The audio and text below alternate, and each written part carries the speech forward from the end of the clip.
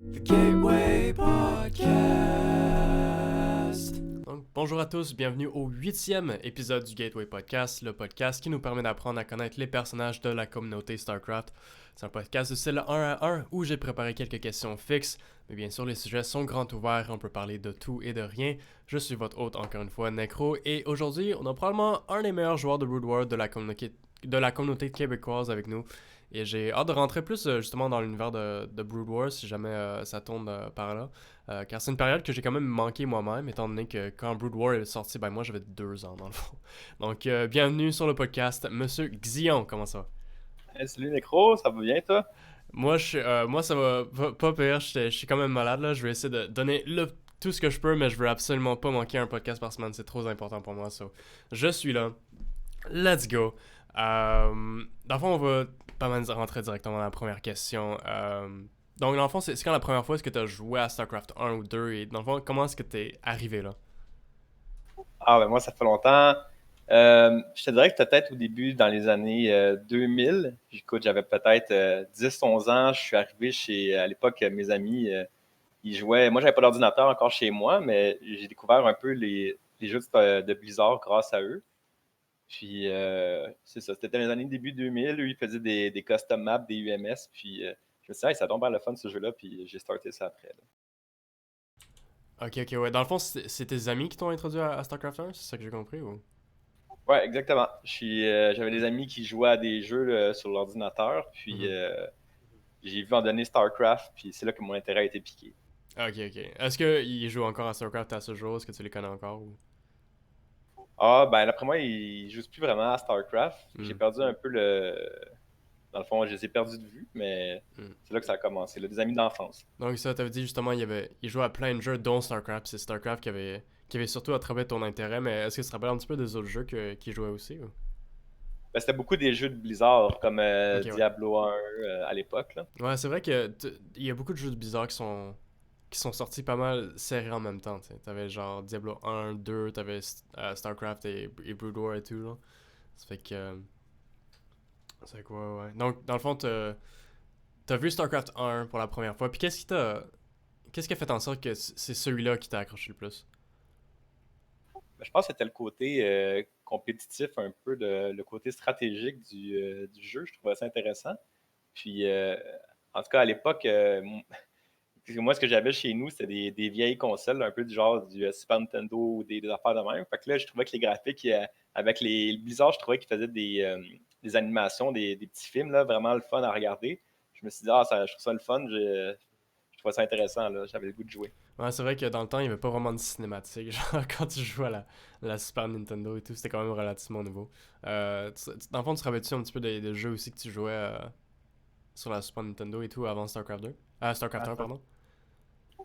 Je te dirais probablement des jeux comme Super Mario, des jeux Street Fighter, des trucs de même, là. J'essaie de me rappeler, mais en dehors de ça, ben, je sais qu'avant de commencer StarCraft aussi, j'ai joué un peu à Diablo 1 à l'époque, à Mhm. Age of Empires aussi. Mhm.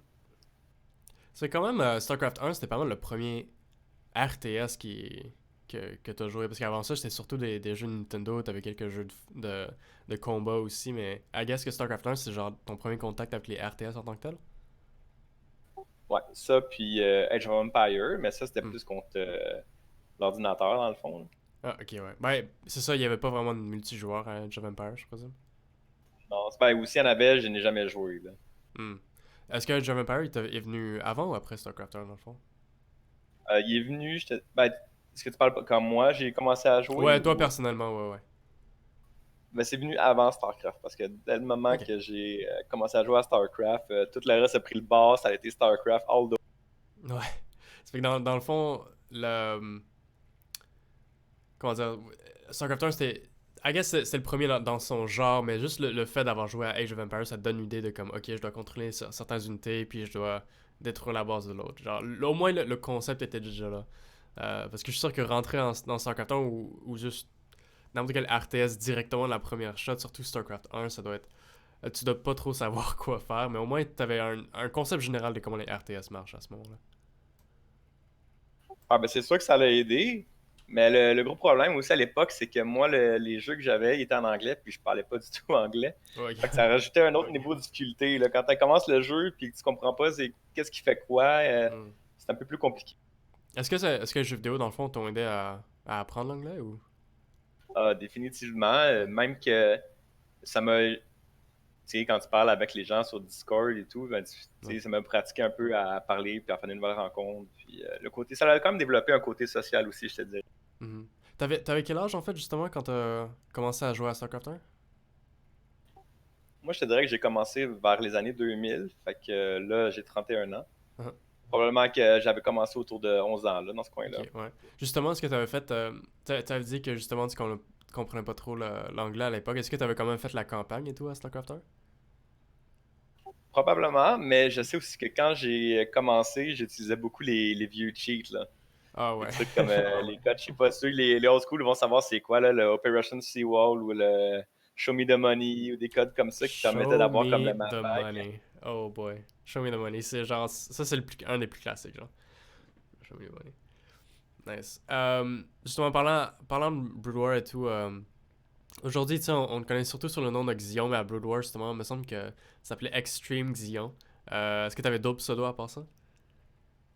Ben, dans le fond, j'ai tout le temps été Xion. Puis le Extreme, c'était juste, dans le fond, un team tag, là, une équipe qu'on avait à l'époque. Donc, sinon, j'ai toujours gardé Xion. Là, j'ai juste changé le nom d'équipe. Ok, ok. D'où vient cette équipe-là, dans le fond? C'était-tu toi et tes amis ou c'était en ligne ou quoi?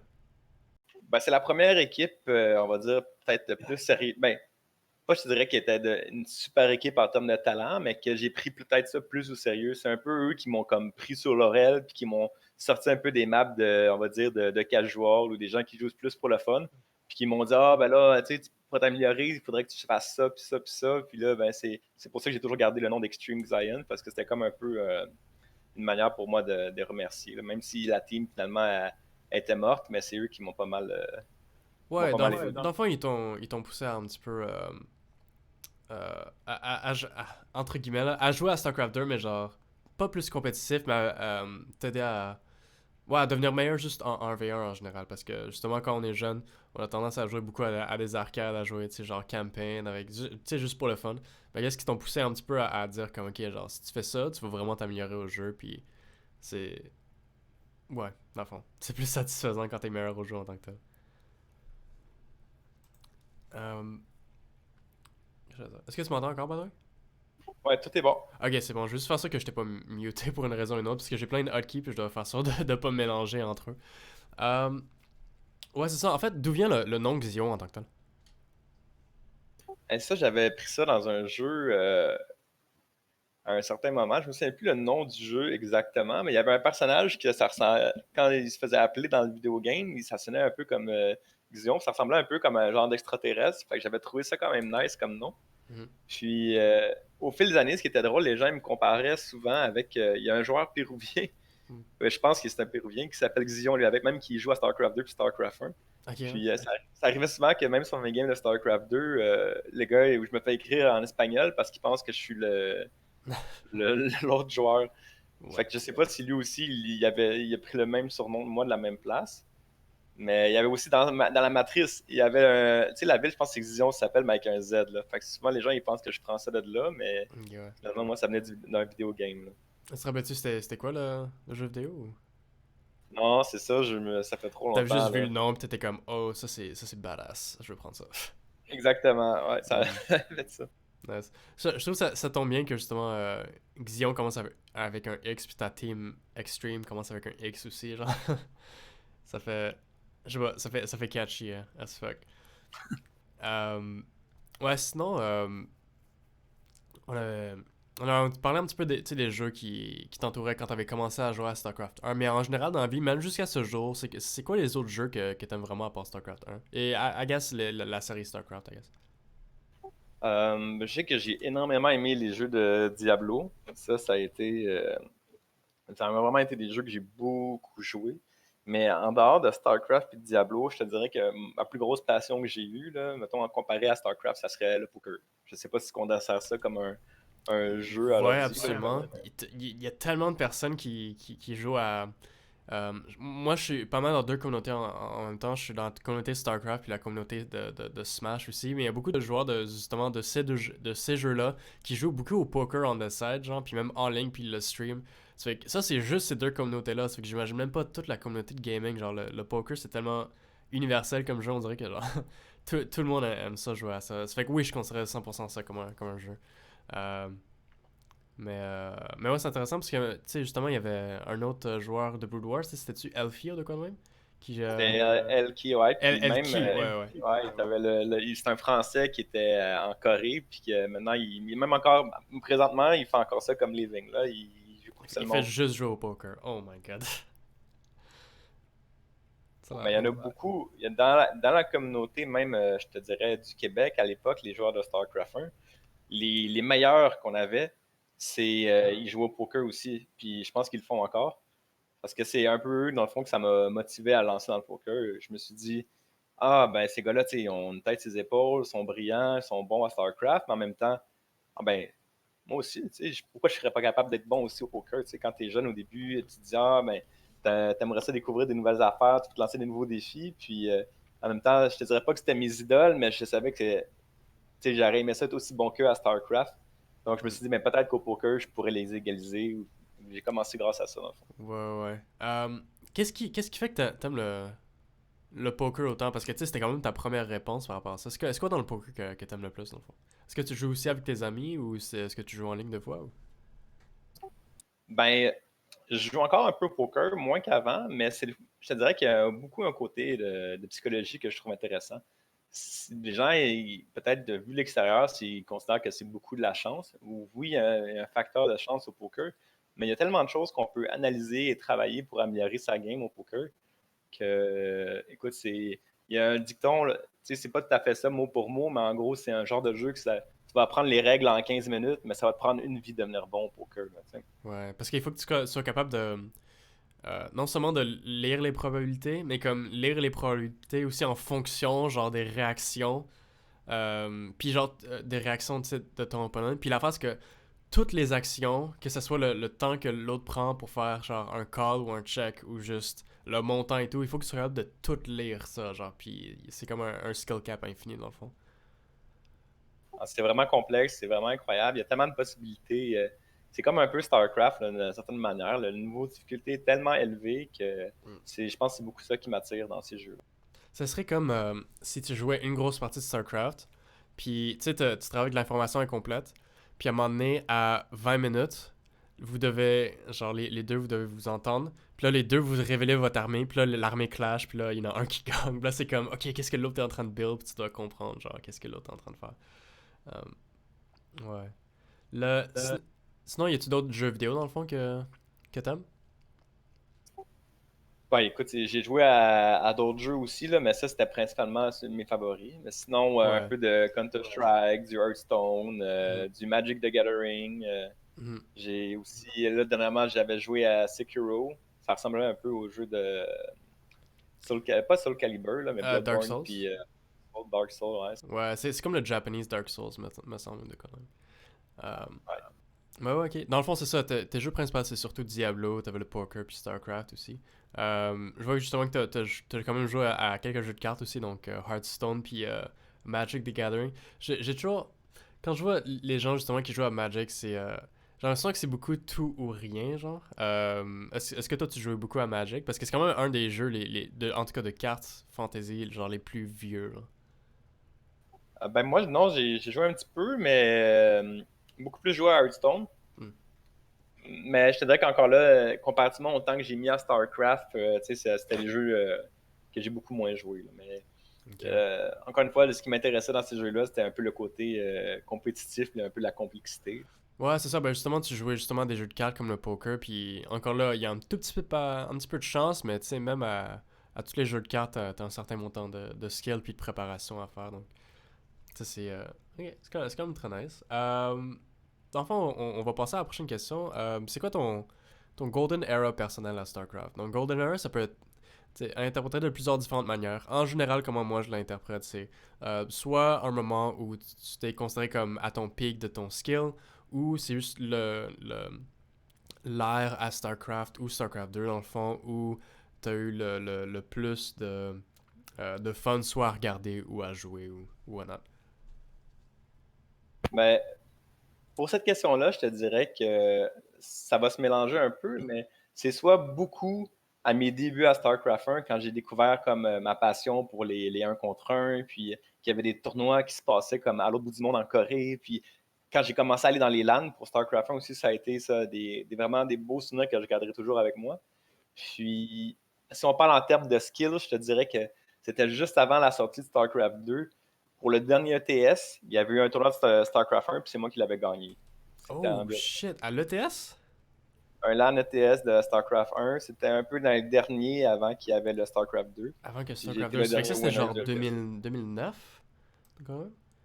Probablement, ouais. Ouais, c'est ça. Parce que moi, en fait, je savais même pas que l'AN ETS, ça a duré aussi longtemps. Moi, je pensais que l'AN ETS, ça avait commencé en genre 2011, 2012, mais non. C'est plus vieux que je pense. C'est genre, il y a 11, 12, peut-être même 13 ans, je sais pas.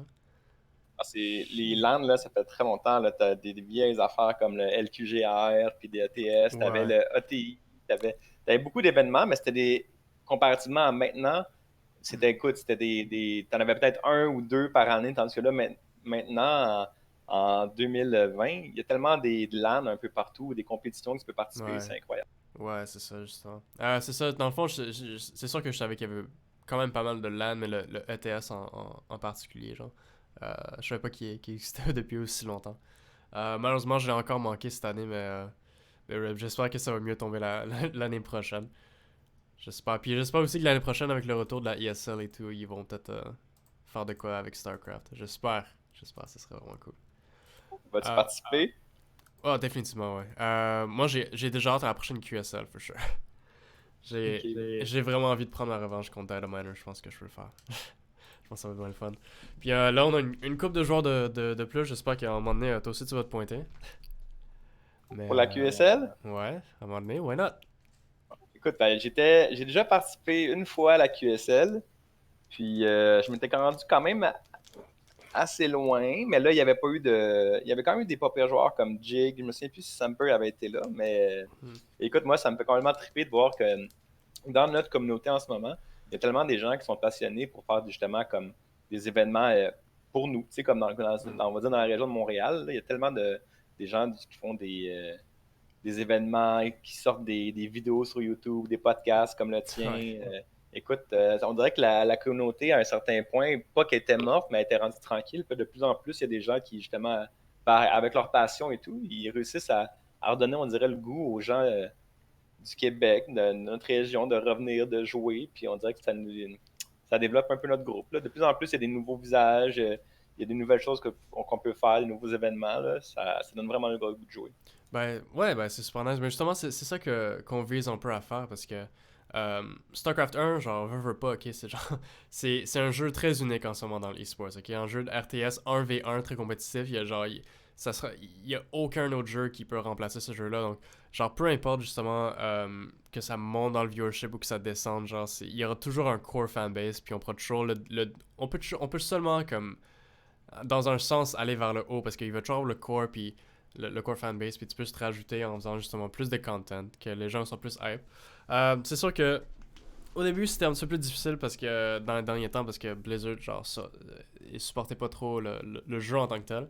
Mais maintenant on sait dans quelle direction va StarCraft dans le futur avec la ESL, il va sûrement avoir plus de Home Story Cup aussi. Euh, tu sais, les gens, ça se peut qu'ils se réinvestissent encore puis ils disent ah ok ben en fait c'est pas moi en fait tu sais c'est pas trop tard pour commencer à jouer puis justement moi j'ai su la semaine excuse-moi pas la semaine la scène de Smash Melee puis dans le fond eux ils ont jamais eu de financement pour de Nintendo dans le fond. Le jeu est sorti en 2001 ou 2002. Puis à ce jour, tout a été crowdfunded, tout a été super insane organisé, puis eux, ils ont des peak viewership de genre 80 000 des fois. For real. Des fois, tu sais, ils font partie des gros événements comme Genesis, ça c'est l'équivalent de comme DreamHack un peu. Mais, euh, mais ça dit que comme t'as pas obligé, c'est vraiment pas obligé que le créateur du jeu comme investisse beaucoup dans le jeu pour qu'il soit successful. Il faut juste savoir genre comment se prendre, puis les fans en tant que tels peuvent le faire marcher à long terme. Euh, Puis rapidement, juste pour revenir à la question du Golden Era, c'est quand aussi la période où tu as le plus enjoy StarCraft. Est-ce que c'était aussi la même période justement où tu étais à ton meilleur? Non, mais c'est ça. Je te dirais que mes meilleurs moments, ça date vraiment de quand j'ai commencé à jouer. Puis j'ai découvert un peu que tu pouvais jouer en ligne avec d'autres personnes. Puis que, dans le fond, moi, une des souvenirs du pourquoi j'ai tellement aimé ça, c'est que quand j'étais plus jeune, ben, je jouais beaucoup sur des jeux de console avec tu sais, mes voisins ou des amis d'école. Puis on jouait un peu au même jeu. Mais ce qui s'est vite passé, c'est que rendu à un certain moment, je réalisais que même peu importe le jeu que je jouais dans mon petit groupe d'amis, mais je me ramassais souvent avec le meilleur. Puis c'était rendu un peu boring pour moi de jouer parce que je pouvais un peu comme tu sais, leur marcher dessus trop facilement. Ouf, Fait que, ouch. Get fait que quand, fucked. oui. Fait que quand j'ai arrivé sur Internet, je me suis dit, ah, tu sais, ça va être facile, là. Je connais tout, je suis bon, j'ai fini la campagne à StarCraft, je suis prêt, là. Let's Mais go. dès que j'ai commencé à jouer, je me suis rendu compte que finalement, là, je jouais plus avec mes amis dans le cours d'école, là. C'était complètement un next level, là. Yeah, next level for sure. Puis, Oh man. Ouais, quand t'embarques sur le multijoueur pour la première fois, t'es comme, oh my god, qu'est-ce que je fais là? mais tu réalises que c'est vraiment pas le même monde. Puis, en plus, dès que j'ai rencontré du monde qui parlait français, des Québécois, j'ai commencé à me tenir sur un channel qui s'appelait Tiny à l'époque. Tu te rendais sur ce channel-là, puis c'était juste des Québécois qui étaient là. Pourquoi ils appelaient ça Tiny, je sais pas. Sinon, il y avait le channel du Québec aussi. Tiny QC, genre. Mais, ouais, ben c'est ça. Ben, c'était... Le monde se tenait là, puis c'était un peu spécial parce qu'on savait tout le monde c'était qui les meilleurs sur le channel. Puis moi, ben, j'étais comme considéré un des plus poches. Mais mon gros trip, c'était de dire à un certain point, ah ben là, lui, je t'ai rendu meilleur que lui. Là, je voulais devenir meilleur que l'autre personne. Tu sais, c'était comme. À l'époque, il n'y avait pas vraiment du bon ladder à faire sur StarCraft. C'était pas mal des custom games. Mais on savait tous c'était qui, mettons, les meilleurs de la région. Puis j'avais l'impression que je montais les échelles de plus en plus. C'est comme, ah ben là, je suis capable de battre telle personne qui. Ça faisait comme un mois qu'il me battait à tous les jours. Tu sais. Puis là, maintenant, ben, j'étais capable de le battre. Je pensais que j'étais rendu le meilleur. Puis là, je rencontrais quelqu'un d'autre qui finalement, il était tellement bon que je me disais, ah ben finalement, il faut encore que je me pratique. Tu sais. Ouais. Fait que c'était Ouais, ça, l'éternel challenge. il y a toujours quelqu'un de meilleur. Mais rapidement, comme ça, la StarCraft 1, tu jouais-tu Zerg aussi ou? Alors moi, j'étais un dirty Protoss là, à Dirty StarCraft. Protoss, damn. Comment tu décrirais ton playstyle à Brood War? Euh, Moi, je te dirais que c'était beaucoup comparé. Moi, je trouvais que le Zerg de StarCraft 2 et le Protoss de StarCraft 1, ça se ressemblait beaucoup. Je Hmm. trouvais que tu avais beaucoup d'openings que tu pouvais faire en début de partie. Puis, tu pouvais faire beaucoup de cheese aussi. Fait que c'est ça que je trouvais ça le fun. À StarCraft 1, j'ai longtemps été un pur cheeser au début. Mhm. Puis, ce qui arrivait par contre, c'est qu'une fois que les gens ils savaient que tu étais un cheeser, là, ça marchait plus parce qu'ils savaient que tu avais bien beau être créatif en donné, s'ils jouaient super safe puis que tu pouvais pas les surprendre, ça marchait plus. Donc là, en donné, j'ai switché complètement mon gameplay puis je suis allé plus vers un style safe, macro, Hmm. propre. Puis j'ai eu plus de succès. Bah, pour de vrai, souvent les joueurs sont comme ça. Tu commences cheesy, puis là, tu finis par faire la macro. Ou c'est l'inverse, où tu commences macro, puis là, tu give up on life, puis là, tu fais juste des cheese pour le reste de ta vie. C'est normalement ça, c'est les Le deux côté trucs qui vont obscur, arriver. là. Non, ouais, c'est ça. Mais non, c'est ça. Même, je sais pas si tu sens un petit peu StarCraft 2, mais Astraea, c'est une des joueurs, c'est un joueur américain maintenant, je pense qu'il habite en Corée pour l'instant. Mais lui, c'est un des joueurs vraiment, vraiment jeunes. Je pense qu'il a même 18 ans. Puis lui, il faisait des one base. Comme contre Zerg, il ferait genre 3 gate robo sur one base. Comme il faisait des affaires vraiment cheesy. Puis je l'avais casté plein de games de lui à la dernière. Au dernier. Au Limo League. Pas celui de la semaine, mais juste le dernier que j'ai casté en général. Là, malheureusement, j'ai plus le temps. Là, mais. Puis genre, il jouait des insane macro games. Genre. Puis même chose avec Flash. Flash, avant, apparemment, c'était un gros cheeser. Puis il est devenu insane à la macro. Maru aussi, c'était quand même relativement similaire.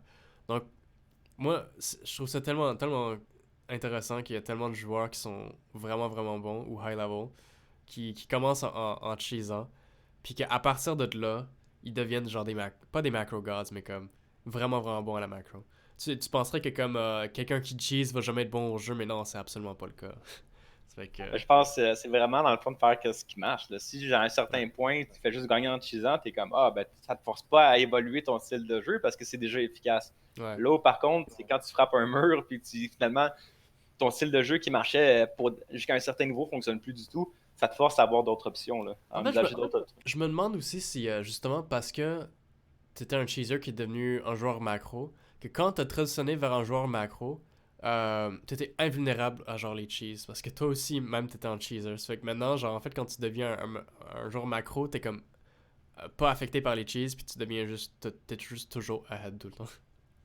Ça se peut aussi. Mais un des gros plus à ça, c'est que, bon, premièrement, un cheeser, ça va toujours rester un cheeser dans la tête du monde. Là. Fait que même si tu aurais pu beau faire 20 macro games après contre la personne, si ça fait 6 ans que tu as toujours fait des cheese dans les événements, il va toujours avoir peur que tu lui pull un autre trick. Là. Fait que ça faisait que les gens ils coupaient moins des corners contre moi dans mes parties. J'avais toujours cette réputation-là. Ouais, Puis, c'est les gros mind games dans le fond. Surtout quand tu deviens.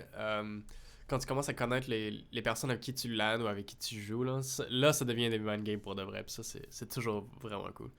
Je pourrais même en parler. Dernièrement, quand ils ont sorti le StarCraft Remaster, j'avais réussi à convaincre, je sais pas si ça dit quelque chose, Shuriken puis Death Row. C'est comme des joueurs. Shuriken, Ben, oui. Death Row, non. Ben, c'est un des anciens meilleurs Terran au Québec là, à StarCraft 2. Il joue encore un petit peu. On l'appelle Pierre-Luc, c'est PL. Là. Il était dans NG, puis c'est un IGM Terran. Là. Okay. Là, probablement je ne sais pas s'il joue encore des games pour le fun, mais les deux sont venus à StarCraft. Puis tu vois, Shuriken puis Death Row, j'étais capable de les battre très rarement, mais dès qu'ils ont traversé la clôture, là, c'était une autre histoire. Là. Par exemple, ça me permettait de me défouler un peu plus sur eux. Là. À Brood War, ça se passait pas comme à StarCraft 2. Là. Non, c'est ça. Est-ce que ce qu'on serait à ce jour aujourd'hui, parce que je sais que t'es encore, pas que t'es relativement actif à Brood War, mais souvent c'est toi qui initie, mettons, des streams de Brood War et tout. Est-ce que tu considères que t'es meilleur à StarCraft 2 ou à Brood War en ce moment? Ouf. Ben les deux, je te dirais qu'il y a beaucoup d'ouïe des deux côtés, mais ça doit être semblable. Ça doit être. Probablement que là, en ce moment, je suis Master 2 à StarCraft 2. Puis pour ce qui est du StarCraft 1, je te dirais que je suis peut-être genre low Master aussi. Tu sais, c'est pas les mêmes. Ouais. Les levels, ça marche un peu différemment, mais en Ouais, termes non, de c'est genre pourcentage. grade A, grade C, D, je sais pas trop quoi, comment ça marche. Ouais, Est-ce que c'est en ça, fait, ouais. tu peux-tu nous expliquer comment ça marche? Parce que moi, pour de vrai, j'ai aucune idée comment qu'est-ce que veut dire grade A, B, C, whatever. Mais comme là, il faut. Attends, si j'ouvre. En gros, là, le meilleur rank que tu peux avoir à StarCraft 1 en ce moment, c'est le S-Rank. Et un S-Rank, c'est le top 1% des joueurs, en gros. Ok, ouais. Ensuite, Ouais. tu as le rank A. Il faudrait qu'on voit, mettons, le pourcentage de distribution, mais probablement que dans le fond, le A rank, ça équivaut à peut-être les mid-master puis les top diamond environ. Ouais, c'est ça, parce que quand tu me dis top 1%, ça me sonne un petit peu comme tout ce qui est Master 1 et plus, dans le fond. C'est ça. Mais eux, on n'a pas de Grandmaster à StarCraft 1. Donc, Ouais. des gens, exemple, moi, tu pourrais avoir quelqu'un qui est un S-Rank, puis finalement, il joue contre un autre S-Rank, mais la différence de level est tellement grande. Ouais. Tu sais, c'est peut-être parce qu'il n'y a pas de plus haut niveau que ça. Moi, j'aimerais ça qu'ils rajoutent d'autres tiers, un peu comme ce qu'ils ont fait à Ouais. StarCraft 2. Là, où, S rank. Oh my god. tu sais pas, peut-être SS ou un S+, ou S plus, ouais. des choses. Il y aurait sûrement moyen de faire une petite modification pour qu'on puisse départager mieux les joueurs. C'est drôle parce que ça sonne tellement comme les tier lists, genre, comme B rank, A rank, S plus. Je sais pas si t'as déjà suivi ça, mais genre, il y avait une personne sur YouTube qui faisait des tier lists de comme de D rank jusqu'à comme S plus rank, là. Je trouve ça, Ok, je trouve non, ça drôle ça- que c'est similaire, ouais. Non, ouais, ça fait que, c'est ça, grade A, c'est à peu près genre High Diamond jusqu'à Mid Master, ouais.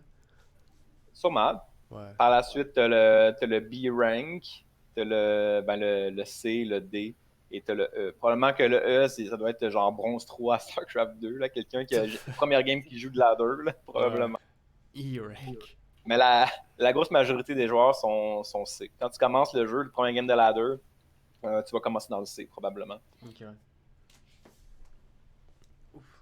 Ok, cool. Dans le fond, est-ce qu'il y a une partie de StarCraft 1 ou 2 que t'as joué que tu n'oublieras jamais, genre? Juste une game qui t'a marqué. Ben, si j'aurais une game à te dire, j'ai battu des gens qui étaient quand même connus à StarCraft 1 qui sont maintenant des joueurs de StarCraft 2. Tu sais, comme si je te dis non, comme Dimaga. J'ai aussi joué contre What? Mana. T'as battu J'ai Dimaga à battu StarCraft 1? à StarCraft 1, j'ai battu Mana, j'ai battu Ret. Tu What? sais, Touch Ret. En plus, Ret, J'ai il est battu. il est comme vraiment, vraiment bon à StarCraft 1. Oui, mais tu sais, j'ai pas dit que j'ai battu tout le temps, mais si on parle en termes de gros Quand noms même. que j'ai gagné, ouais, j'ai battu Hell quand même des yeah. bons joueurs. J'ai battu, ben, c'est ça, Red, Mana, des joueurs comme dans EG aussi, là, N-Control. Des gros noms, j'en ai battu souvent. Mais encore là, je te dirais que moi, les moments qui m'ont le plus marqué, ça a vraiment été des live events, comme quand j'allais dans les LAN et tout. Mhm. Puis que tu pouvais enfin jouer contre du monde qui te trash talkait online. Tu sais, du monde Ouais. qui. Des fois, il y a des gens qui sont toxiques, là. Puis souvent, ce qu'ils faisaient aussi, c'est que moi, que j'aimais pas, c'était des gens qui disaient ah, ben, tu sais, Xion, il est pas bon, là. Pourquoi vous dites qu'il commence à être pas pire, qu'il sait jouer? Puis là, quand tu leur demandais de faire des games contre toi, ils voulaient jamais jouer contre toi parce qu'ils disaient que. Ben, tu sais, j'imagine qu'ils se disaient que s'ils perdaient, il allait trop paraître fou, là. Il allait trop être fâché de Ouais. perdre contre moi. Mais que quand on se retrouvait dans une compétition dans un LAN, puis là, je pouvais enfin les jouer, puis finalement, j'ai pété. Ah, ça, c'était tellement un meilleur comme sentiment ever, là. Ah, Tu sais, for on dirait, sure, pendant man. un an que tu me faisais chier sur le channel, que, tu sais, j'étais pas bon, ou, tu Ouh. sais. Ça, c'est le dream. C'est probablement meilleur que juste gagner le tournoi. C'est juste de gagner live contre des personnes genre qui trash talk. Ah, c'était tellement bien. Ou, des fois, je me souviens, à StarCraft 1, t'avais le Dark Archon. C'était un Ouais. peu un mélange du High Templar maintenant de StarCraft 2, mais tu pouvais transformer deux Dark Templars, ça faisait un Dark Archon. Ouais. Puis, il y avait un certain bug que tu pouvais faire, c'était que, dans le fond, imagine, tu as un DT qui est sur une ramp, puis moi, je te fais un DT rush aussi. Mais là, je suis pas capable de monter en haut de la ramp. Mais eux, ce qu'ils faisaient, c'est qu'ils mergeaient les Dark Templars ensemble, puis ça faisait comme un bug, comme si tu faisais un Archon, puis ça faisait que le DT qui était dans la ramp, qui wall, ben ça le tassait, fait que là, mes DT, ils pouvaient monter dans sa base, genre. Ok, ouais. Un genre Oh de shit. glitch, là, tu sais. Ouais, ouais, Fait genre que j'avais. ouais, qui pousse qui pousse le DT dans le fond. Ouais, c'est ça qui pousse le DT qui est en hold position. Fait que j'avais pull ça en live comme à une semi-finale d'un event. Puis Mhm. je me souviens, il y avait comme, je sais pas, peut-être 30 personnes qui étaient derrière moi qui regardaient notre game de Oh shit. semi-finale. Puis tu sais, personne n'avait jamais vu ça ou personne ne prenait le risque parce que si tu manquais ton move, dans le fond, qui est un peu aléatoire, ben là, tu venais de perdre comme des grosses unités qui coûtaient beaucoup cher en début de partie. Ouais, Tu c'est perdais un ça. Là, peu. tu viens d'utiliser ton Dark Archon. Puis après ça, le Dark Archon, est-ce qu'il peut attaquer ou il y a juste des spells, me semble? Ben, il est presque tout nu, là. Tu sais, c'est un Dark Archon, mais qui a juste un spell puis qui ne sert à rien dans le match-up. C'est C'est juste quoi? C'est Maelstrom ou Maelstrom? ben, il y a ce spell-là, mais ça, il faut que tu fasses l'upgrade, puis ça marche juste contre les unités bio. Mais Ok, ouais. le spell qui commençait avec, c'est le feedback, dans le fond. Ouais, feedback. Ok, ouais. Ça, est-ce que ça marche encore comme dans StarCraft 2 où genre ça enlève toute l'énergie puis ça inflige le même dommage? Ouais, ben, je sais pas s'il est tout le temps fort ou moins fort que StarCraft 2, mais oui, c'est la même chose. Dans le fond, je suis même pas sûr, en fait. Oui, je pense que ça enlève le mana aussi à StarCraft 1. Hmm. Mais à Star, même le Dark Archon est le plus utilisé maintenant à StarCraft 1 que qu'est-ce qui était au moment même que le jeu était à son apogée, là, tu sais. Hmm. Les gens ils ont continué à évoluer à StarCraft un petit peu, puis maintenant on le voit plus. On le voit dans les match-ups PvZ que Hmm. pour tuer les casters, ou on le voit aussi un peu dans les PvP pour tuer les autres High Templars. Yeah. Peut-être qu'on s'est même inspiré de StarCraft 2, je te dirais. Ah. Puis de cette game-là, dans le fond que tu m'avais dit, où t'as réussi à faire le DT push avec ton Dark Archon, est-ce que t'as gagné cette game-là? Ah oui, je l'ai gagné. Puis le Ah, gars, man. c'était la première fois qu'il voyait genre ce glitch-là. Puis là, il avait commencé à taper plein de choses dans le clavier. Tu sais, imagine quelqu'un qui est en train de rager, puis qui marque n'importe quoi, puis qui spam le hunter, là. Ouais.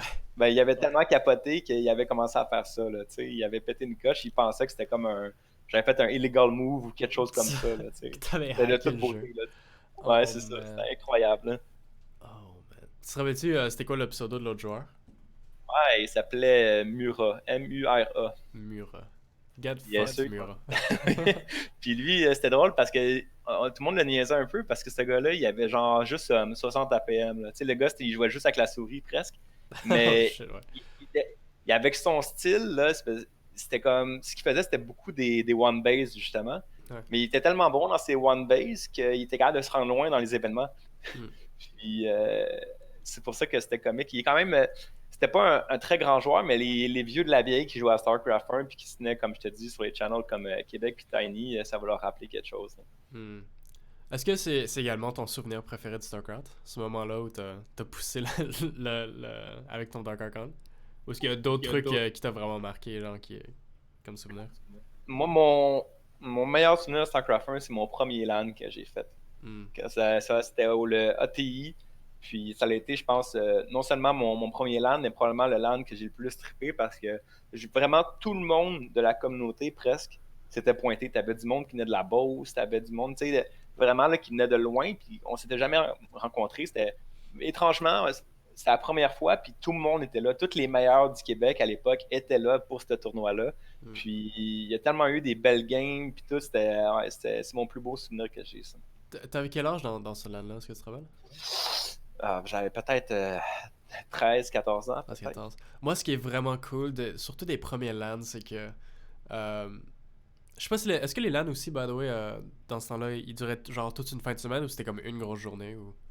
C'était une fin de semaine, ouais. Yeah. So, moi, ce qui me faisait capoter au LAN, c'est que. euh, genre, t'as plus de. Quand tu t'assieds avec ton armée, t'as ton setup, y a plus de règles. Y a pas genre, yo, t'as été sur l'ordi genre 3 heures aujourd'hui, pis ta mère peut pas te dire genre, yo, c'est le temps de souper. C'est comme, non, je peux gamer littéralement 72 heures de suite si je veux. Genre, c'est comme, c'est très libérant les LAN, je trouve. De toute comme responsabilité dans un sens. Où tu peux juste être là, pis ton seul but, c'est de gamer. Genre, avoir tout le. Juste savoir qu'il y a, genre, y a rien d'autre que t'es censé faire en ce moment. C'est vraiment cool, ça. Ah ouais, ben écoute, là, c'est le moment de te lâcher lousse, hein. Ben ouais. Si t'avais des rages de gaming, tu vas être contenté après une fin de semaine de LAN. For sure. Tu fais juste ça. Oh my god. Y a plus de. Ouais, parce que souvent même dans le temps. Moi, je sais qu'à un moment donné, je sais pas si ma mère, genre, voulait que j'ai juste comme 1 heure ou maximum 2 heures sur l'ordinateur par jour, de quoi de même. Mais je sais qu'à genre 13-14 ans.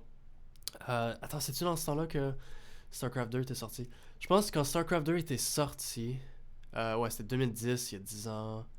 Ouais, j'avais genre 13 ans, 13-14. Puis, legit, parce que j'avais seulement droit à 1 ou 2 heures, genre sur l'ordinateur quand je revenais de l'école. Je me réveillais 1 heure plus tôt avant d'aller à l'école pour jouer à StarCraft 2. Genre. Ouais, tu faisais bien. Parce C'est que comme ça comptait, parce que ça comptait pas, parce que j'étais pas revenu de l'école. Genre, je me levais plus tôt pour jouer à StarCraft 2. Oh my god. Mais ouais, quand t'as des fins de semaine comme ça où c'est free game, là, genre, c'est vraiment libérant. C'est vraiment nice, for sure. Est-ce que c'est quoi le feeling dans StarCraft 1 ou 2 ou juste quand tu joues à StarCraft qui te donne envie de continuer à jouer tout le temps? C'est quoi ton feeling préféré dans le fond? Ben moi, ça, je le redis encore, moi, c'est beaucoup le côté compétitif. Les jeux comme StarCraft, oui, je peux jouer une game de temps en temps, mais c'est le genre de jeu que si je commence à jouer, il faut que je spamme des games non-stop. Là. Tu sais, j'ai de la frustration à cause que je fais des. Tu sais, je rage pas vraiment quand je perds une partie, mais je suis tellement déçu de moi qu'on dirait que là, OK, il faut que je fasse une autre game puis que je le fasse mieux que l'ancienne game. Là, tu sais. Puis j'ai Ouais. tellement ce côté-là qui est développé que même si là, je fais juste ouvrir mon StarCraft, je dis, je vais faire une game for fun avec toi. Là, je vais en faire une, puis là, je vais dire, OK, mais finalement, j'aimerais, tu sais, genre, on va la finir, puis ça va me démanger d'en rejouer d'autres juste parce que j'ai le goût de mieux performer que notre partie qu'on vient de faire, tu sais.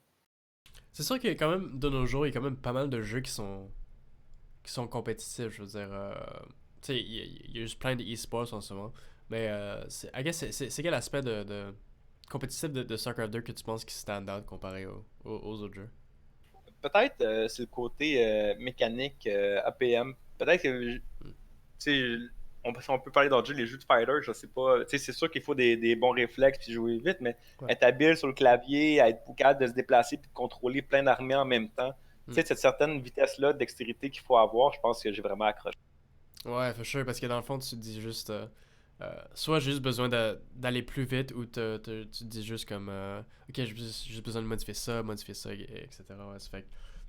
Ok, ouais, probablement le côté mécanique à StarCraft, c'est probablement une des choses qui se démarque le plus des autres esports en ce moment. Ou c'est pas du point and click les autres esports, genre on va pas les downgrade non plus. Mais je veux dire, le montant d'action que tu dois mettre dans une game de StarCraft, c'est probablement 10 fois plus que n'importe quel autre jeu. Ça fait que le fait qu'il y a tellement plus d'action, ça te donne genre tellement plus de possibilités de ce qui peut arriver dans une game. Genre, puis c'est ce que tu peux juste raffiner, malgré le fait qu'il y a tant d'action. Ça fait que, ouais, faut sûr que ça c'est définitivement. Écoute, j'avais, quand justement c'était à mes débuts de StarCraft, puis que je jouais juste avec la souris, en année, j'avais rencontré un gars que je trouvais vraiment bon. Puis j'avais jamais vu un autre joueur de StarCraft jouer. Tu sais, c'est comme, on se rencontre, puis là, il vient sur ton PC, puis là, tu t'attends à ce qu'il va jouer comme toi, tu sais, avec la souris, ou qu'il connaît peut-être Ouais, un ou c'est deux comme. petits raccourcis sur le clavier. Puis j'avais tellement été surpris. Le gars, il jouait pas si vite que ça, mais il connaissait tous les raccourcis, il faisait des contrôles groupes. C'est toutes des affaires que j'avais jamais vues. Mon mind, il avait comme genre juste explosé. Explosé. Là, j'avais fait, c'est quoi ça? Mais on joue pas au même jeu, là. Yeah. Mais c'est pour ça qu'il est aussi bon que ça. Puis j'ai tant de la misère. C'est comme si je dis, c'est le même jeu qu'on joue tous les deux, mais il jouait complètement d'un autre niveau que j'avais jamais compris, jamais vu. Là. Ouais. Quand j'ai vu ça, ça m'a tellement ouvert à d'autres possibilités. Je m'étais dit, ah ben là, non seulement il faut que j'apprenne à avoir comme des meilleures stratégies, mais il faut que je devienne plus rapide, que je sois à l'aise sur le clavier. Là. Fait que ça, je me souviens que ça m'a vraiment marqué aussi. Ouais, non, c'est ça, c'est pas juste un jeu de stratégie, c'est un jeu de mécanique aussi en même temps. Puis je sais pas si dans StarCraft 1, ils ont des tutoriels de comment faire des contrôles groupes et tout. Mais il y a beaucoup de personnes genre qui rentrent dans StarCraft 1 puis ils savaient pas qu'il y avait le concept des contrôles groupes ou des choses comme ça, ou des caméras hotkeys. Je suis pas sûr si c'est des caméras hotkeys dans StarCraft 1, là-dessus. Ouais, il y a des caméras key, puis même que l'histoire des contrôles groupes à StarCraft 1, c'est différent parce que tu peux juste avoir 12 unités maximum par contrôle groupe. Oui, ça a l'air insane. Comment tu fais pour contrôler des choses passées comme 12, genre 120 supplies? Genre, il me semble que ça se fait pas. C'est parce que ça dépendait aussi quelle race que tu joues. Moi, tu vois, quand je jouais Protoss, mais souvent, ça se rendait jusqu'à 4 ou à 5, puis le hotkey 6, c'était peut-être des unités ou comme un shuttle ou quelque chose de spécial, tu sais. Ouais, ouais. Mais c'était pas rare que mes games, tu sais, ça partait du 1 jusqu'au 0. La moitié du clavier, mettons, de 1 à 6, c'était mon armée. Donc, il fallait que je fasse 1A, 2A, 3A, 4A, 5A, 6A, tu sais. Puis là, si Ouais. tu fais un fail, ben, t'as juste comme le 3 quarts de ton armée qui part. Il te reste l'autre un quart qui est derrière, qui est pas parti attaquer, tu sais. Oh my Puis god. pour Zerg, c'est encore pire parce que, tu sais, le nombre de Zerglings que tu fais dans une game, Ouais, chaque c'est... Zergling est individuel, là. Genre, what the Oui, fuck? c'est ça. Fait que tu peux juste avoir 12 Zerglings dans hotkey, puis t'en as comme 300, là, tu sais. Fait que il fallait que tu pouvais pas tout prendre avec tes hotkeys, mais j'imagine qu'en Zerg, ce que tu faisais, c'est que tu mets tes unités les plus importantes en hotkey, puis les Zerglings, ben, tu les envoyais à s'ouvrir rapidement, là. Ouais, c'est ça. Ben, je présume aussi, parce qu'on définit souvent Brood War comme un jeu de plein de petites batailles aussi, mais tu sais, je présume que tu peux avoir toute ton armée de 1 à 6. Puis là, c'est sûr que quand tu commences à reach les plus gros supplies, tu vas avoir des petits groupes. Puis je présume tous les groupes de counter-attack, c'est justement des counter-attacks de comme 12 unités un peu partout. T'as pas vraiment besoin d'un hotkey, t'as juste besoin d'être capable de toutes les sélectionner à une shot, genre. Ouais, ben c'est sûr que ben, c'est tellement. C'est quelque chose, là. Hmm. Et moi, je compare souvent avec le F2 button là, de StarCraft 2, que tu peux peser là-dessus, puis tu pognes tout. Je me dis, tu sais, si à StarCraft 1, on a réussi ça, je pense que ben du monde aurait été content de pouvoir l'avoir. Oh my god, ouais. Est-ce que tu utilises F2 à StarCraft 2? Moi, je les turn off, là. Je T'as les turn turn off off. parce que je pense que ça me nuit plus que qu'est-ce que ça m'aide. Hmm. Le seul Mais temps non, ouais, le seul temps où j'ai tendance à utiliser F2, c'est surtout dans le early game quand mettons quand il y a des cheese qui arrivent puis des fois c'est un petit peu chaotique genre. J'ai tendance à utiliser F2 parce que c'est pas une place où comme t'as besoin d'avoir je sais pas genre plein d'unités genre à les différentes places. Mais des fois il y a certains instants dans le early game où j'utilise F2. Mais à part de ça en général, j'essaie de pas l'utiliser le plus possible parce que des fois c'est juste bad. Genre, tu fais F2, puis là, il y a une autre contre-attaque qui s'en vient, puis t'es comme, oh non, je viens de tout perdre. Rip. ben, c'est ça, parce que là, ça a déplacé toute ton armée pour aller défendre, mettons, ta base, puis là, tu fais un drop dans le main, puis là, t'es comme, mais là, j'avais laissé des unités pour me défendre là, mais vu que j'ai fait F2, ça s'est tout retassé avec le main army. Là, je suis out of position, puis je me fais tuer, tu sais. Pour vrai, je C'est le pense genre que d'affaire qui m'arrive. ça, c'est l'un des raisons pourquoi je pense mon Zerg est stock à genre 3900. C'est parce que pas que j'arrête pas de F2, mais j'arrête pas de mettre tous mes nouveaux eggs sur le control group. C'est l'équivalent de F2. Puis j'ai jamais. Puis à la fois, que mettons que je split off, je fais pas comme control steal de quoi de même. Puis là, finalement, c'est comme si je faisais F2 tout le temps. Puis tous les drops genre éclatent là tout le temps. Là, ça fait il faut vraiment que je règle ça éventuellement. For sure. Qu'est-ce que j'allais dire aussi? Ouais, c'est ça. Puis en plus, dans StarCraft 1, ce qui est fou, genre, c'est que tu peux même pas avoir plusieurs buildings dans le même contrôle groupe. Tu sais, imagine avoir 12 buildings dans le même contrôle groupe. Tout d'un coup, genre, tu sais, Zerg, c'est pas même plus facile. Tu mets genre 12 hatcheries sur un contrôle groupe, mais comme, il faut que toutes les hatcheries sont individuelles en plus. En plus de comme des millions de Zerglings que tu veux utiliser. What? Ben, ça fait des games beaucoup moins propres, beaucoup moins clean que StarCraft 2, mais en même temps, je pense que justement, si ça t'aide à te démarquer, c'est peut-être plus rapide. Mm. Si t'es capable de dealer plus avec le chaos un peu, là, puis que t'es quand même quelqu'un qui pense être rapide sur le clavier, qui a une bonne dextérité, tu peux avoir un gros edge à StarCraft 1 comparativement à StarCraft 2 que tout se fait pour toi dans le jeu. Ouais, j'ai souvent entendu ça que comme peu importe à quel point t'es behind dans une game de StarCraft 1, en autant que t'as des mécaniques assez fortes, tu peux quand même come back dans presque toutes les situations. Tandis qu'à StarCraft 2, il y a des positions que comme t'es tellement behind que même si tu macro, que tu fais tout parfaitement, tu peux toujours perdre. Il y a comme il y a pas de façon de revenir. Mais est-ce que tu serais d'accord avec ce statement-là que comme même si t'es dans un certain sens bien dans StarCraft 1 que si t'as une mécanique assez bonne, tu peux toujours revenir dans une game? Ben, c'est comme je dis, c'est parce que il y a tellement de edge que tu peux avoir à StarCraft 1, peut-être comparé à StarCraft 2. Beaucoup de petites choses, justement, en termes de rapidité ou d'exécution, ou que les unités se contrôlent même pas bien tout seul. Tu sais, tu vas faire une attaque, puis là, ils vont comme se rentrer ensemble dans le mur, ou des glitches, ou des affaires comme ça, que tu sais, ça prend tellement du temps, puis connaître tout le jeu à la perfection pour savoir comment est-ce que l'unité va réagir, parce que sinon, si tu lui donnes un mauvais angle, il va attaquer peut-être moins vite. Si tu le fais attaquer Ouais. en haut de la ramp, il va manquer des shots ou des affaires comme ça que si tu es vraiment meilleur que l'autre, c'est presque. Ben, tu sais, même à StarCraft 2, ça se ressemble aussi. Le meilleur joueur va tout le temps gagner généralement. Ouais. Mais peut-être que c'est encore plus dur de battre un meilleur joueur à StarCraft 1 que StarCraft 2. Là. Ouais, for sure. Puis, je pense immédiatement, t'as dit que tu jouais Protoss, puis le plus gros meme, c'est les Dragons, comment genre ils feront jamais ce que tu veux qu'ils fassent. Genre. Est-ce que toi, t'as quand même réussi à les faire marcher? Là? Alors, ben, ça, c'est vrai. C'est sûrement l'unité le plus à chier de jeu. C'est vraiment les Dragoons. Ben, ils sont forts, là, mais il y a tellement de bugs avec les Dragoons que, écoute, c'est un art, là. C'est Ouais, un for art. sure. Puis ça, puis le Ouais. Reaver, c'est quelque chose.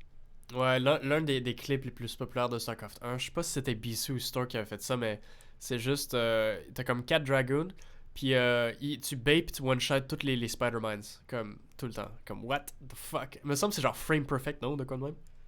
Ben, c'est. Non, mais je sais c'est quoi, mais dans le fond, c'est comme un contrôle que tu fais le hold position. Tu prends tes Dragoons, tu fais attaque, puis en plein moment où la Spider-Man elle va sortir du sol, il faut que tu cliques par en arrière, que tu pèses le hold position, puis si tu le fais assez rapidement, tu vas shotter la mine avant qu'elle explose sur tes Dragoons. Genre. Ouais. Mais ça, c'est vraiment comme. Il faut que tu sois rapide, que tu sois capable de faire le combo rapidement. Faut que tu C'est aies très quand difficile. même une réaction rapide aussi parce que je pense, je sais pas si c'est le cas, mais il me semble que c'est pas comme dans StarCraft 2 où tu peux pas voir un petit ombre sur le sol, right? Pour Non, les tu, spiders. tu vois pas les ombres, il faut que tu guesses un peu où est-ce que le gars il a mis les mines, puis que Ouais, tu fasses le move. ouais. Mais ça, c'est Puis, le genre de play que c'est comme tellement compliqué à faire que la plupart des gens ils tenteront pas de le faire parce que c'est trop high risk, low reward dans le fond. Là. non, Si ouais. tu fais juste manquer, ben là tu perds ton push de 4 dragons dans le Terran, puis tu viens de perdre un peu le début de Ouais. game. Tu sais, fait que... Puis j'oublierai jamais le clip. Tout le monde a fait. Tout le monde a capoté une scène, mais justement le clip où tu sais, je t'avais dit que 4 dragons. Le dude, il y avait 4 dragons. Puis il était en train de faire le Spider-Man clear, genre, avec ses 4 dragons. Et avec justement ce qu'on vient de parler, le stutter step back, hold position, puis tu fire. Puis dans toute cette micro-là, entre quand il a fait le stutter step back, hold position, il a fait un probe avec son Nexus. Puis tout le monde a capoté parce que tout le monde était comme, ok, ce move-là est déjà impossible à faire parfaitement. Mais en plus de ça, t'as fait un probe de ton Nexus en plein milieu de cette micro-là. Genre, quoi? C'est tellement l'affaire que genre tu peux. Au début, moi, j'avais trop pas compris pourquoi c'était impressionnant. Puis plus j'ai compris, genre, c'était quoi ce truc de micro-là, plus j'étais comme, what? Mais de tout le monde qui regarde ça, c'est comme, ok, mais genre, on s'en fout, là. Mais tu peux. C'est fou à quel point, genre, même à StarCraft 1, il y a des micros, il y a des trucs très euh, subtils où c'est genre frame perfect. Tellement du bon timing. Tandis qu'à StarCraft 2, tu sais, la micro, c'est surtout genre, tu sais, bien utiliser tes spellcasters, faire sûr de pas être trop affecté par les AoE et tout. Mais il y a plein de choses dans StarCraft 1 que c'est comme. On dirait que c'est juste tellement précis dans le micro que, que ouais. C'est pour ça que Mais si, les gens ils trouvent souvent ça comme deux jeux très différents. Mais si tu veux intéressé par tous ces genres de petits moves-là, je te conseillerais de regarder les vidéos. Ça s'appelle Pimpest Play StarCraft sur YouTube. Pimp this C'est play, à ok. chaque année, oui, écoute, à chaque année, à l'époque, il faisait une vidéo de toutes les moves les plus insane, genre de StarCraft, des choses qui Mm. n'avaient jamais été vues, des glitches qui sortaient comme. Tu te demandes, mais comment est-ce que le gars il a trouvé ça? Puis il sortait ça dans des grosses games de compétition en Corée. Puis là, après ça, on était comme. C'était incroyable. Là. Fait que des fois, tu vas avoir des moves de micro ou des glitches, des trucs que les gens ils ont Mhm. trouvé dans le jeu. Puis ils utilisaient ça live dans des gros événements importants. Puis à chaque année, ils sortaient une vidéo de ça avec un montage de musique et tout. C'était vraiment incroyable, genre. Ça, c'est un jeu. Brood War, ça a l'air d'être un jeu où tu découvres continuellement des nouveaux trucs, right? Est-ce que c'est encore le cas? Ben, dernièrement, ils ont découvert un truc sur comment faire un mass recall. C'est un peu comme avec Ouais. le Mothership à StarCraft 2, mais là, à StarCraft 1, tu avais l'arbiteur qui permettait de faire des Ouais. recalls. Mais là, en plaçant les unités d'une telle manière, puis en mixant comme le hotkey avec un arbiter, puis des high templars, puis en faisant des hallucinations. En tout cas, tu sais, c'est vraiment poussé. Mhm. Mais là, c'est comme si tu étais capable de faire un recall. Au lieu d'en faire un, c'est comme si on en faisait quatre en termes de superficie. Fait que tu peux recall. What? Oh shit! Fait que là, ça fait comme un Doom Recall en base Terran, mais Ouais. c'est tellement dur à pull en termes de. Faut que tout que soit parfait, puis que tu aies comme toute la situation pour faire ce glitch-là, que la plupart des gens, ils le font presque pas en Ouais. game, Puis mais c'est. Oui, il y a encore. me semble que aussi, en général, moi je connais pas beaucoup de choses à Brood War, mais je connais quelques petits trucs où, en fait, les Arbiter Recall dans une base Terran, c'est relativement commun comme stratégie. Puis il me semble que pour bloquer un Arbiter, ça prend exactement 3 tourelles. Puis peu importe ce qu'il fait, genre, il peut pas passer.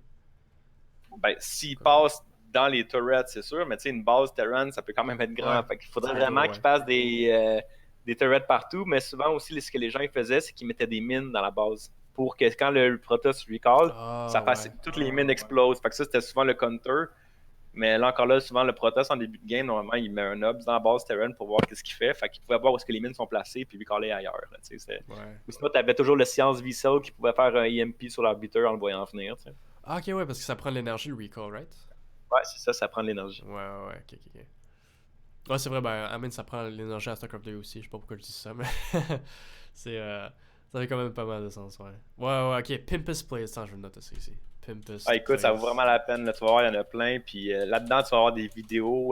Ben, ça te dit quelque chose, Guillaume Patry, Plégre? Ben oui, absolument.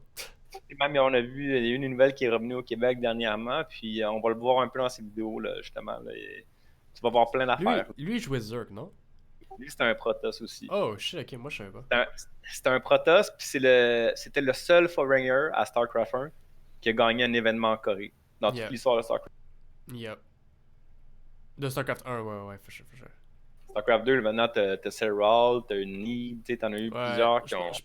je pense que Neeb, c'est le premier à gagner un événement en Corée de StarCraft 2. Parce qu'après ça, t'avais tout le GSL vs. The World, mais c'est pas considéré comme en Corée ou de quoi de même.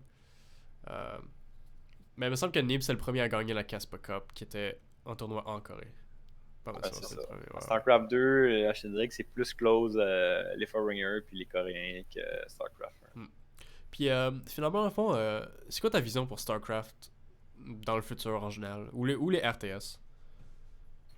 Ben, je pense que ça va quand même bien. C'est peut-être pas le style de jeu qui est le plus populaire en ce moment en termes de e-sport, mais écoute, ça a toujours sa place. Je pense que là, en ce moment, ils ont sorti le Warcraft Tour Reforged. Ouais. Je sais pas si ça va reprendre beaucoup d'ampleur comparé à. C'est comme StarCraft 1, c'est ressorti remaster, puis là en Corée, c'est la folie totale. Ils font plein d'événements, plein de ligues, même Blizzard, ils sponsorent ça. Mm. Fait que là, pour les prochaines années, je sais pas s'ils vont ressortir un StarCraft 3 et quand ils vont le faire, mais écoute, je pense que StarCraft puis les RTS, ça a prouvé que ça faisait partie de, justement, là, la culture du gaming. Oui, il y a des FPS, il y a des MMO, il y a des MOBA, mais les jeux RTS, ça a encore sa place. Là. Ouais, for sure. Et qu'est-ce que toi, personnellement, t'aimerais voir, en fait, dans le futur? Mais là, moi, ce que je trouve très intéressant, c'est que le e-sport, ça continue encore de se développer. Puis de plus en plus, je vois des nouvelles comme quoi qu'il y a des. Comment tu appelles ça? Des sponsorships. Tu sais, à l'école, maintenant, ils commencent à avoir des cours en e-sport. Là, il y a des élèves qui peuvent For sure. commencer à faire. Là, j'ai l'impression que ça va ouvrir peut-être des. Tu sais, pas que ça va remplacer le sport, mais que maintenant, tu vas avoir des compétitions entre écoles, de compétitions de jeux qu'on va aimer ou tu vas avoir des cours sur peut-être de moyens d'améliorer pour tel jeu ou des trucs comme ça que moi, je trouve ça vraiment intéressant. Là. Je me demande vraiment à quoi ça va ressembler peut-être dans 10 ans, où est-ce qu'on va être, je sais pas, mais je trouve tellement que c'est gros comparé à quand moi, j'étais plus jeune. Tu sais, il n'y avait pas de tournoi, il n'y avait presque pas de LAN, il n'y avait pas de contenu, il n'y avait pas de Twitch. Maintenant, écoute, c'est même rendu plus gros que le Super Bowl. Là. Ça peut juste grossir. Ouais, Que, for sure. Puis justement, tu parlais des académies, mais moi aussi je pense justement aux nouveaux joueurs qui sont en train de genre étudier apparemment les e-sports quasiment. Puis tu sais, t'as vraiment les jeunes joueurs comme Rainer puis Clem qui ont genre 17, 18, genre 18 ans et tout. Puis je pense que ça va, pour de vrai, je pense que ça va juste continuer dans cette voie-là où tu sais, il va y avoir le premier GM, je suis pas même sûr qu'il y a déjà un GM de 14 ans quelque part dans le monde, là, mais genre 13, 12, puis ça va continuer à rapetisser. Puis je pense que dans tous les jeux, on va juste voir comme vraiment des pros genre de plus en plus jeune. Je sais pas jusqu'à où ça va, jusqu'à quel, comment jeune ça peut aller. Genre, je sais pas s'il va y avoir des pros à genre 12 ans, mais le fait que justement on introduise les jeunes de plus en plus tôt, genre au e-sport, c'est comme, ça peut juste augmenter le skill level à travers le temps. mais je pense que c'est beaucoup grâce à des gens comme toi, dans le fond, qui font du contenu. Là. Ça expose plus les gens, je veux dire, les jeux. Les gens, ils ont tellement de moyens de s'améliorer maintenant avec les streams, les podcasts, les vidéos. Il y a tellement de choses que tu peux étudier, écouter puis regarder que tu apprends tellement plus vite que ça peut, que comparativement quand tu n'as rien. Là. Quand tu n'as pas de ressources pour t'améliorer, c'est beaucoup plus difficile. Mais là, il y a tellement de choses que, écoute, que tu vas n'importe où, il pourrait être en direction vers l'école, il pourrait regarder sur son sel, il pourrait écouter ton podcast. Il y a tellement moyen de toujours, si tu veux, rester dans ta bulle ou de continuer à apprendre. Là. Ouais, for sure. Genre, tu sais, avant on avait des. Même dans le temps, genre, si tu voulais finir un jeu, des fois il faut que tu achètes un guide, c'est genre le livre. Genre un livre de quoi, mais là tu peux juste regarder en ligne. Tu sais comment faire. Genre, tout est accessible tout le temps. Puis dès qu'il y a un jeune qui est juste assez passionné, ben, il y a toute l'information qu'il veut à ce moment-là. Puis justement, comme tu as dit, genre, il va y avoir des personnes vraiment jeunes, genre, qui vont être. Oh shit. Personnes vraiment jeunes qui vont être vraiment bons à tous les jeux parce qu'ils ont juste tellement d'informations, là. Juste au bout des doigts, genre, tout le temps, ça. Mais oui, Sure. dis-toi ça, moi, à StarCraft 1, là, au début, il n'y avait même pas de replay. Il n'y en avait pas de replay à StarCraft au début. Quoi? Tu jouais ta game, là, puis tu vas même pas étudier les replays. Tu vas même pas voir c'était quoi le build que l'autre t'avait fait. Là. Au début, il n'y avait pas le replay. Ils Ouais. l'ont mis par la suite, mais au début, il n'y en avait pas. Ça, c'est à StarCraft 1 ou genre Brood War, puis après ça, ils l'ont patché ou. Ah non, mais. Ben, Est-ce que ça a été patché Brood War ou jamais, genre? je pense qu'il y a eu des patchs. Mais à savoir qu'est-ce qui ont changé, puis tout ça, je me souviens pas trop. Là, mais je sais, Hmm. exemple, qu'à un donné, la spawning pool, elle coûtait 150$ au lieu de 200. Des trucs Hmm. comme ça. Mais là, les rush zergling arrivent encore trop, trop Oh rapidement. my god. Les 4 pools, là? Oh Ouais, boy. c'est ça. Dirty Zerg. Dirty serious fuck. Mais c'est vrai que souvent, tu sais, justement, t'avais comparé le StarCraft 1, le proto StarCraft 1 avec le Zerg de StarCraft 2.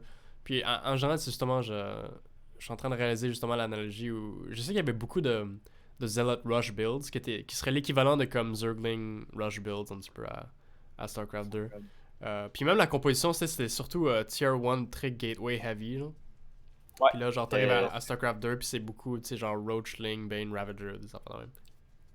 Tout à fait, tout à fait. Puis c'était beaucoup justement des Gertrude, là, tu t'envoyais la sauce non-stop, là, puis t'espérais que ça passe, ou t'essayais de faire des cochonneries là, pour pogner un lead dans des début de game. Yeah. Ouais. Ça fait que beaucoup de pimp plays, beaucoup de cheese également.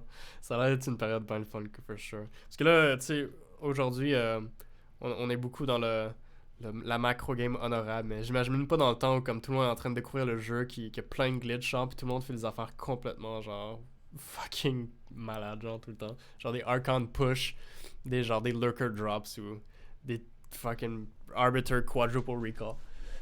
Ça doit être malade. Ah ouais, ben c'est ça. Mais même encore, le jeu continue à changer. C'est un peu pareil pour StarCraft 2. Mais StarCraft 2, c'est que le jeu il est tellement patché puis changé régulièrement que tu sais, j'imagine que ça fait partie maintenant de. C'est ça l'évolution de StarCraft 2. C'est même pas forcément que les gens ils trouvent des nouvelles choses à faire, c'est plus que c'est ceux qui s'en occupent, c'est chez Blizzard qui modifient les unités, les spells, combien ça coûte. Ben Ouais. ça empêche. Ben, le jeu il sera jamais stealth. Il va tout le temps continuer à changer s'il continue à faire ça.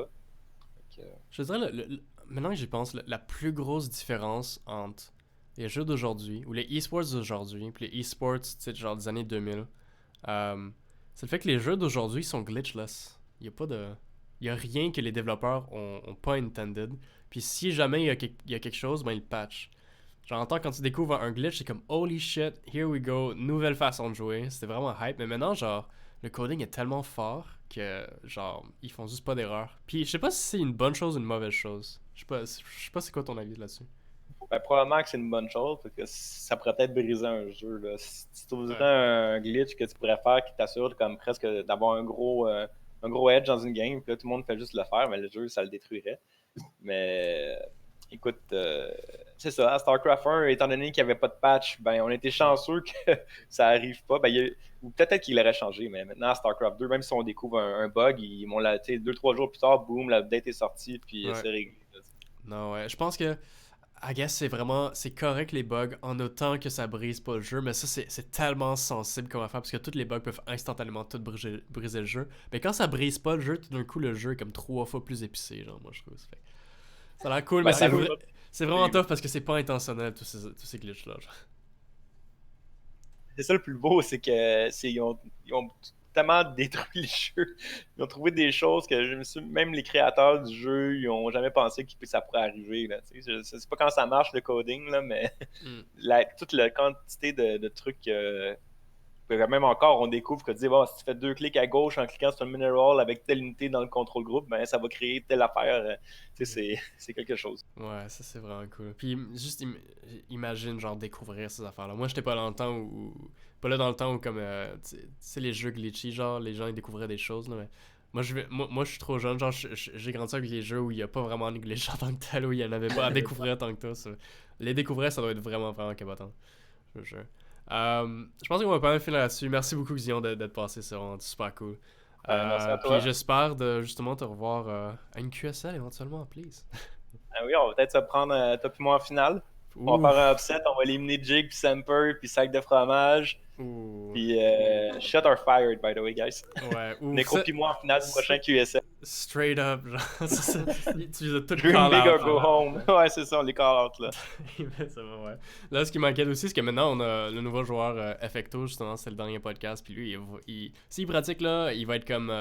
il va être la version Terran level de sac de fromage. Fait que là, il va être un gros contender aussi, mais... Tu sais quoi, si... Je sais que toi, tu joues pas mal agressif, si moi, je sors des cheese aussi, man, on va y arriver, là. On va se mettre à 2 sur lui, là. You're Toi right. puis moi, on va faire un upset, puis ça va être assez débile. Nice. Alright. Thanks, man. Salut. Ciao.